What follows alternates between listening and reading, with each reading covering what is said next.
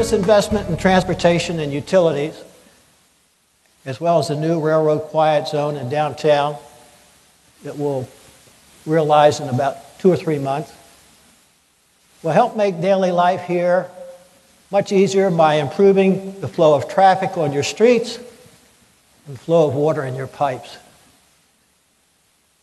Your city council is also committed to improving the flow of jobs into Mesquite. As chamber members know, we work hard with them to create an inviting business climate. As a result, last year we saw Town East Mall, led by new general manager Jack Love, increase its occupancy rate to 97%. I am told this success has led the mall to attract the attention of national retailers who now look at the Mesquite market to test new retail concepts.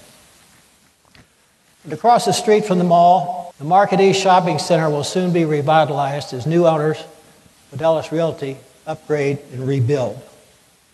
At the same time, Vista Crossing is redeveloping the old Albertsons on Highway 80 for a new Latin grocery store and other new shops.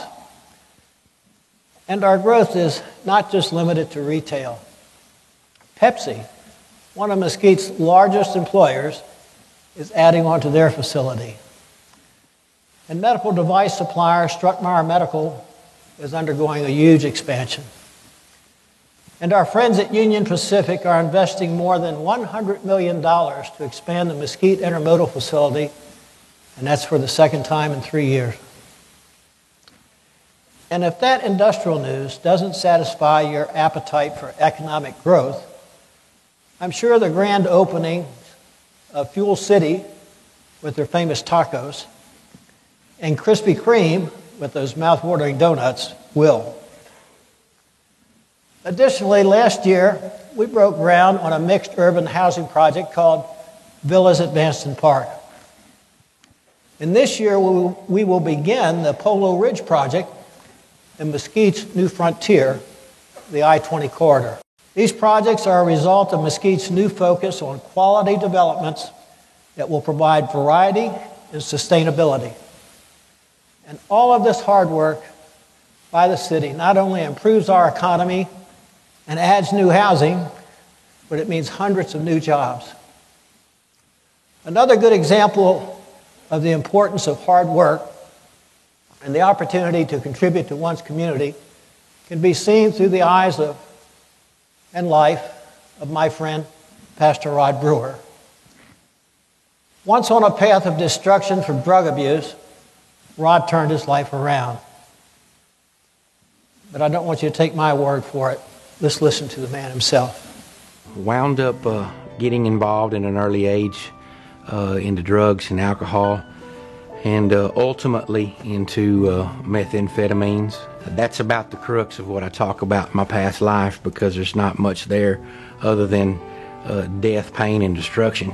Being involved in methamphetamines and having 2 children in that environment caused you to begin to weigh your decision making and your options in your future.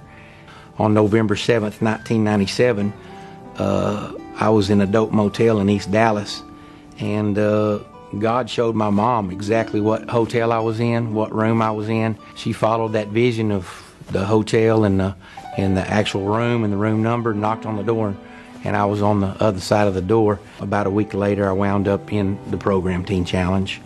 I was able to go for 13 months and just give my life to Christ and allow them to show me how to walk in discipline and be a disciple of Christ. I never dreamed years ago, whenever I was actually one of the 3 or 4 people that planned Addressing Mesquite Day, that Pastor Rod Brewer, through the efforts of Teen Life Challenge, would help him to change his life from drug abuse, etc., and now be heading up Addressing Mesquite Day for Family Cathedral Praise Church and the city of Mesquite. And the Bible says to overcome evil by doing good. So if you just stay busy doing good, you have the opportunity to overcome evil in your life. Pastor Brewer, thank you for sharing your life challenges that were overcome by your faith and your hard work. One of the programs mentioned in the video was Addressing Mesquite Day. I am proud to say that this great program of Neighbor Helping Neighbor celebrated its 10th anniversary this past October. And over that 10-year period, this program attracted 7,000 plus volunteers who repaired and improved more than 600 homes throughout Mesquite. Mesquite, give yourselves a hand, would you please?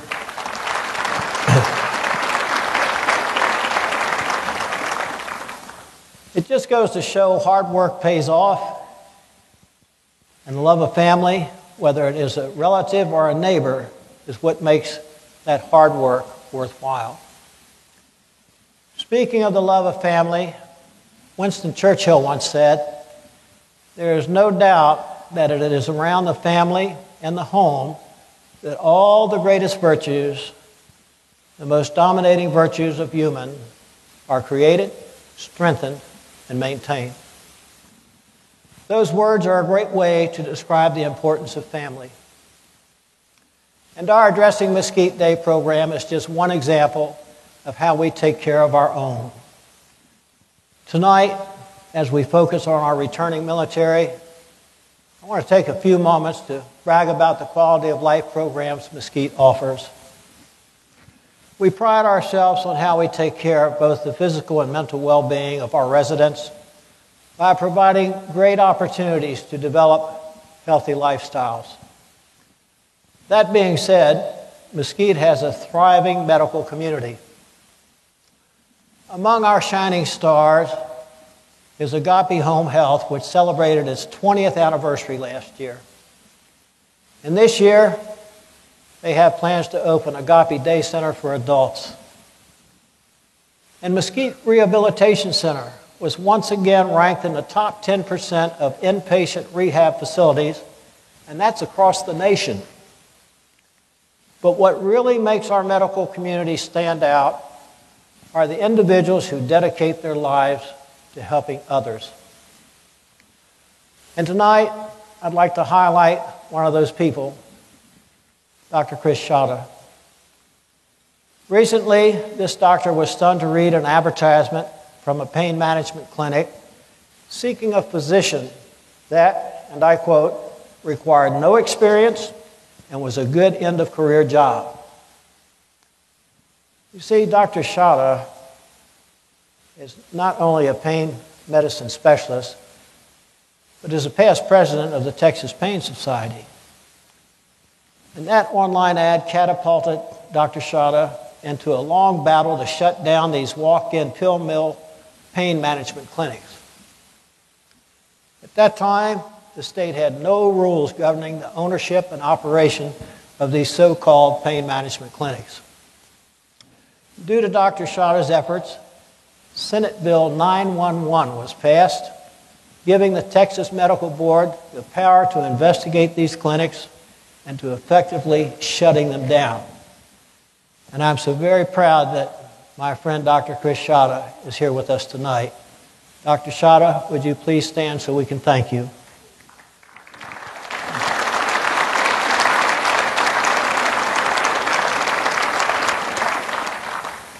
Now, while I am pleased that we are well equipped to care for the health of our citizens, I'm equally proud of how we have created a hometown that advocates positive physical and mental health by offering a better quality of life.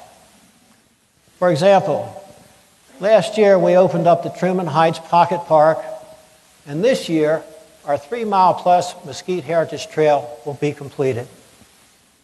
Additionally, our city continues to offer many engaging activities, including the powerful performance of the Mesquite Symphony Orchestra, led by the new director, Brad Everett Collier, and an array of exciting new programs hosted at the Mesquite Arts Center, which is led by our new manager and my good friend, James Mack. And one of our signature accomplishments in 2014 were the improvements at the Mesquite Golf Club. At this time, I'm going to ask my stunt doubles to help me show you some of these upgrades. Thanks, John.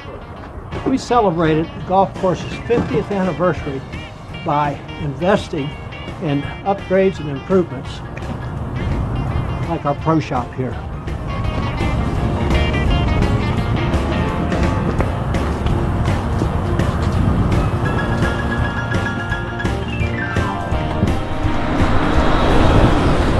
Take this new golf cart as an example. And it's just one of 72 new golf carts that will be available to you on this improved and exciting Mesquite golf course. And these upgrades included an increase in the number of tables so that we could accommodate larger golf tournaments. That upgrade, along with the others, has resulted in a 30% increase in traffic out here at the golf course. And it caught the attention of the Texas Turfgrass Association that named our golf course the #1 golf course in Texas for the year 2014.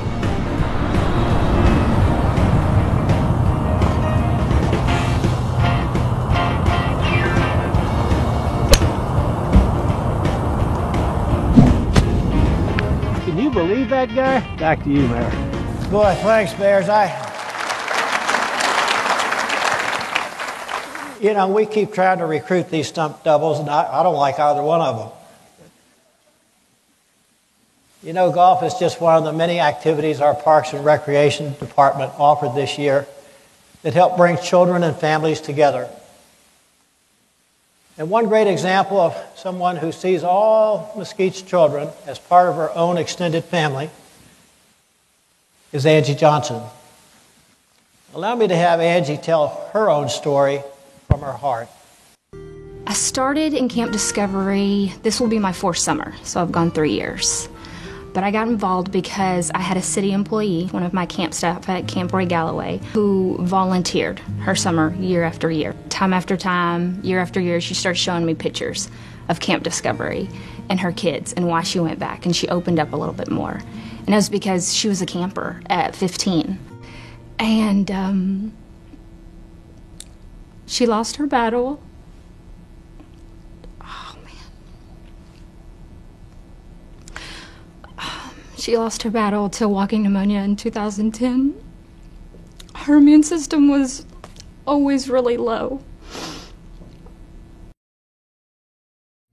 And so at her funeral, you know, I see her whole camp family. That's not my camp family. My camp family was there. Her camp family was there from Camp Discovery, and I finally met them. And so I asked the camp director, you know, how can I give back? How can I go? How can I volunteer? You know, unfortunately at that time they had already taken all their volunteers for that summer. So I prepared myself for next summer, thinking that maybe they'll take me. And they did. I have a camper, she's a senior at Poteet High School. And to make that connection and be there and know that I met this child that's right here in the city that I serve is awesome. I have volunteered for 3 years, and I love it. And I'll go back as many times as they take me back.